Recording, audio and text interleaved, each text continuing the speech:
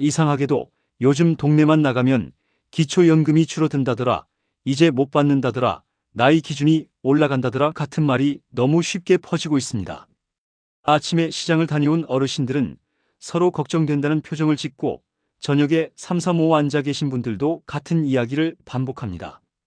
그리고 이런 말은 어느 순간 정말인 것처럼 퍼져나가 어르신들의 마음을 크게 무겁게 만듭니다. 생활비가 빠듯한 상황에서 매달 들어오는 기초연금은 생계를 버티게 하는 마지막 지지대입니다. 그래서 이런 소문 하나만으로도 불안이라는 그림자가 하루 종일 따라붙습니다. 하지만 대표님, 지금 가장 먼저 아셔야 하는 사실이 있습니다. 걱정과는 달리 기초연금은 없어지는 방향이 아니라 정반대로 더 많은 분들이 받을 수 있도록 기준을 다듬고 불합리한 규정을 정리하는 방향으로 바뀌고 있다는 점입니다. 소문을 따라가면 불안만 커지지만 실제 제도 흐름을 보면 오히려 지금이 가장 좋은 신청의 시기이기도 합니다. 오늘은 이 부분을 세 가지 사례와 함께 풀어드리며 실제로 어떠한 변화가 일어나고 있는지 차분하게 설명드리겠습니다. 첫 번째 사례는 동네 소문만 듣고 잠 못 이루던 한 어르신의 이야기입니다. 이분은 몇 년 동안 기초연금을 꾸준히 받아오며 그 금액에서 식비와 공과금을 충당하고 계셨습니다. 그런데 어느 날 기초연금이 사라진다더라, 앞으로 나이를 더 올려야 받을 수 있다더라 하는 이야기를 듣고 큰 충격을 받으셨습니다. 그날 이후로 밤마다 천장을 보며 불안한 생각만 떠올라 편히 잠들지 못하셨다고 합니다. 하지만 결국 주민센터를 직접 방문해 상담을 받은 뒤 마음이 놓이셨습니다. 연금이 없어지는 것이 아니라 제도 손질 과정이 진행 중이라는 사실을 알게 된 것입니다.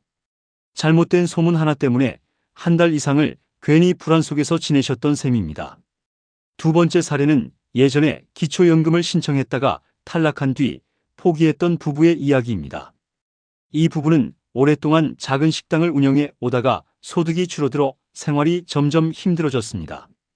그래서 혹시나 하는 마음으로 기초연금을 신청했지만 뜻밖에도 차량 배기량 때문에 탈락했다는 통보를 받았습니다. 차량이 오래되어 가치도 거의 없다고 생각했기에 충격은 더욱 컸습니다. 이 부부는 그 뒤로 아예 신청 자체를 포기했습니다. 그런데 최근 다시 상담을 받아보니 상황이 완전히 달라져 있었습니다. 배기량 기준은 이미 사라졌고 현재는 실제 중고차 시세만 반영한다는 설명을 듣고 깜짝 놀라셨습니다. 결국 다시 신청했고 이번에는 조건에 맞아 기초연금을 받게 되었습니다. 괜히 몇 년을 포기하고 살아온 시간이 아까웠다는 마음도 함께 들었다고 합니다. 세 번째 사례는 자녀에게 용돈을 받고 있는 한 어르신의 이야기입니다. 이분은 자녀가 생활비를 조금씩 도와주고 있어서 자신은 기초연금 대상이 전혀 아니라고 생각하며 신청조차 하지 않았습니다.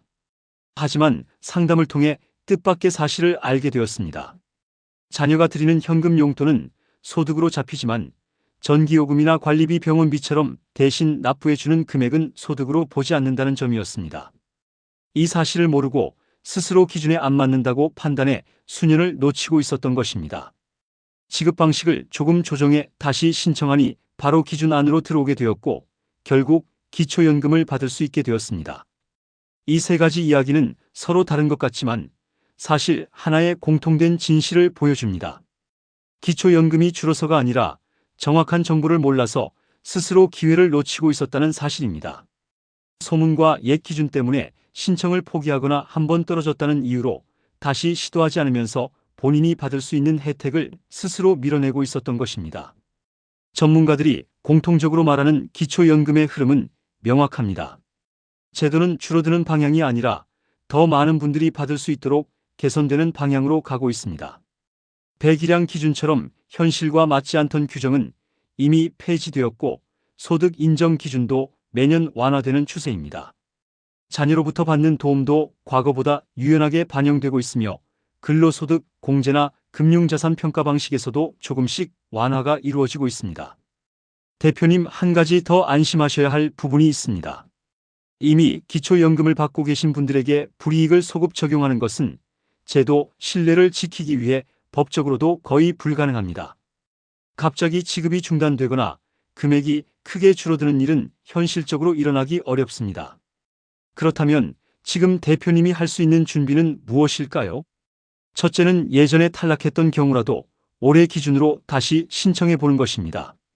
기준은 매년 완화되고 있기 때문에 과거에는 안 되었던 분들도 지금은 충분히 가능성이 있습니다. 특히 차량 때문에 탈락했던 분들은 반드시 재신청이 필요합니다. 배기량 기준은 아예 사라졌고 중고차 시세는 시간이 갈수록 자연스럽게 떨어지기 때문에 지금이 가장 유리한 시기일 수 있습니다. 둘째는 자녀 도움 방식 점검입니다.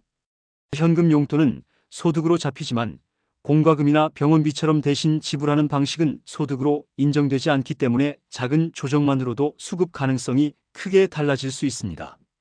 알고만 있어도 결과가 달라지는 대표적인 영역입니다. 셋째는 재산을 급하게 줄이려 하지 않는 것입니다. 많은 분들이 기준에 맞추려고 예금이나 땅을 서둘러 처분하시지만 이는 오히려 불리하게 작용할 수 있습니다. 자연 소비 금액이라는 개념 때문에 급격한 재산 변화는 오랜 기간 소득으로 반영될 수 있기 때문입니다. 재산 조정이 필요해 보일 때는 반드시 상담이 먼저입니다. 마지막으로 무엇보다 중요한 것은 최신 기준으로 정확한 상담을 받아보는 것입니다.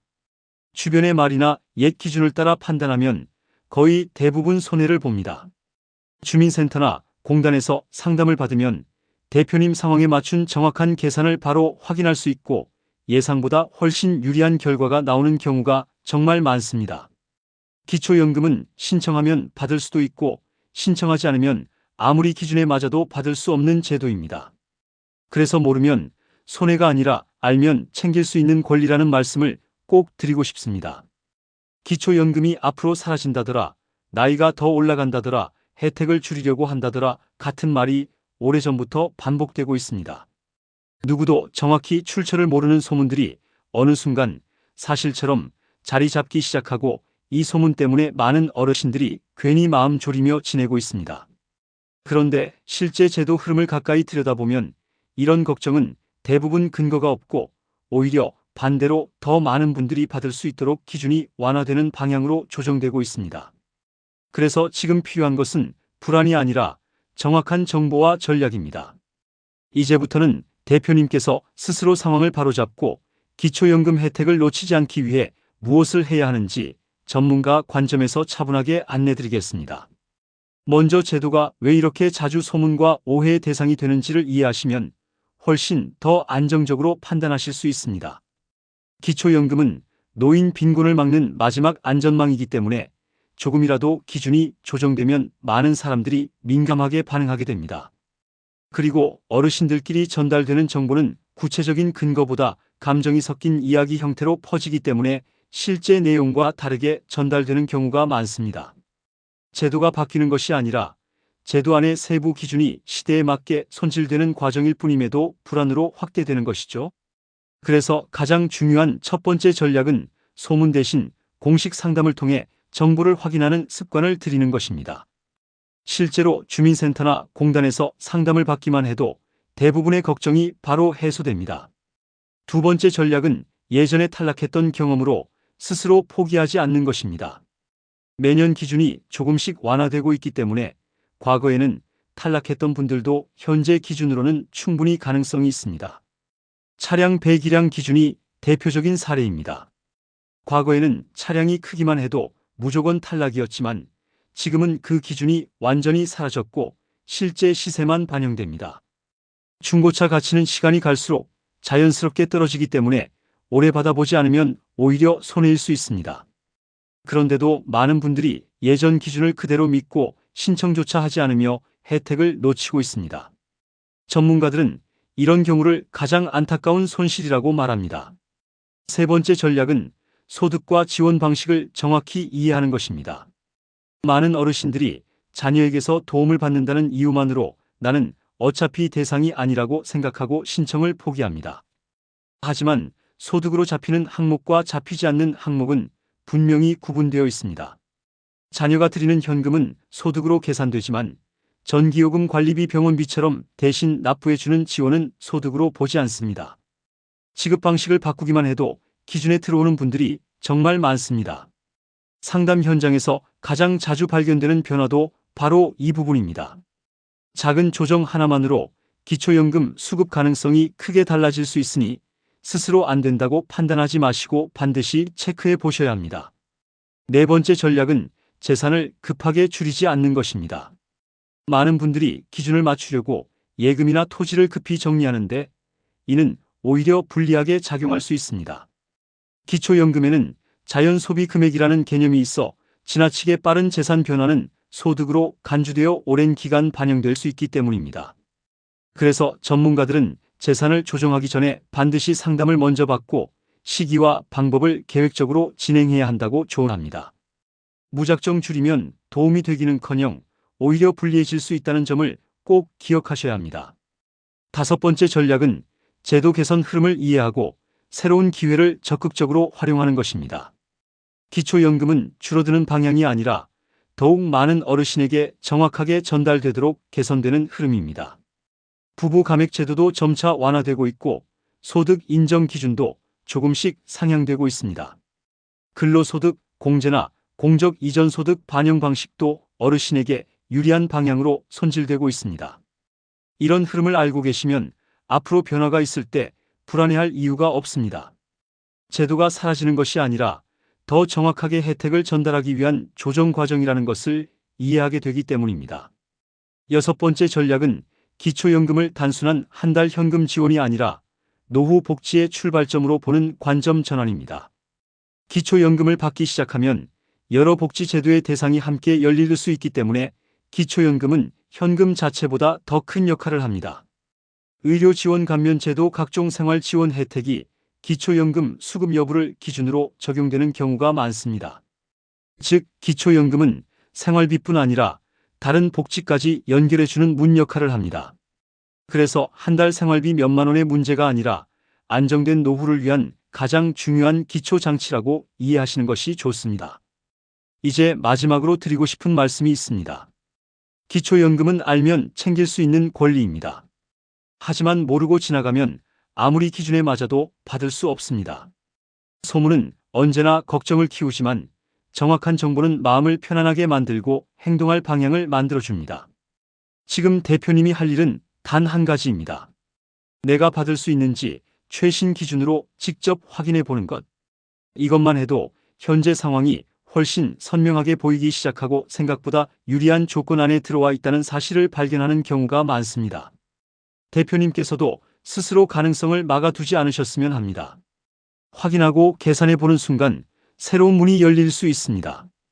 오늘의 내용이 대표님께 작은 안도와 실질적인 도움이 되었기를 바랍니다. 이 영상을 계속 제작할 수 있도록 구독과 좋아요 부탁드립니다. 그리고 대표님의 상황이나 궁금한 점이 있다면 댓글로 남겨주시면 다음 영상에서 더 깊이 안내드리겠습니다. 대표님의 노후가 조금이라도 더 안정될 수 있도록 계속 함께하겠습니다.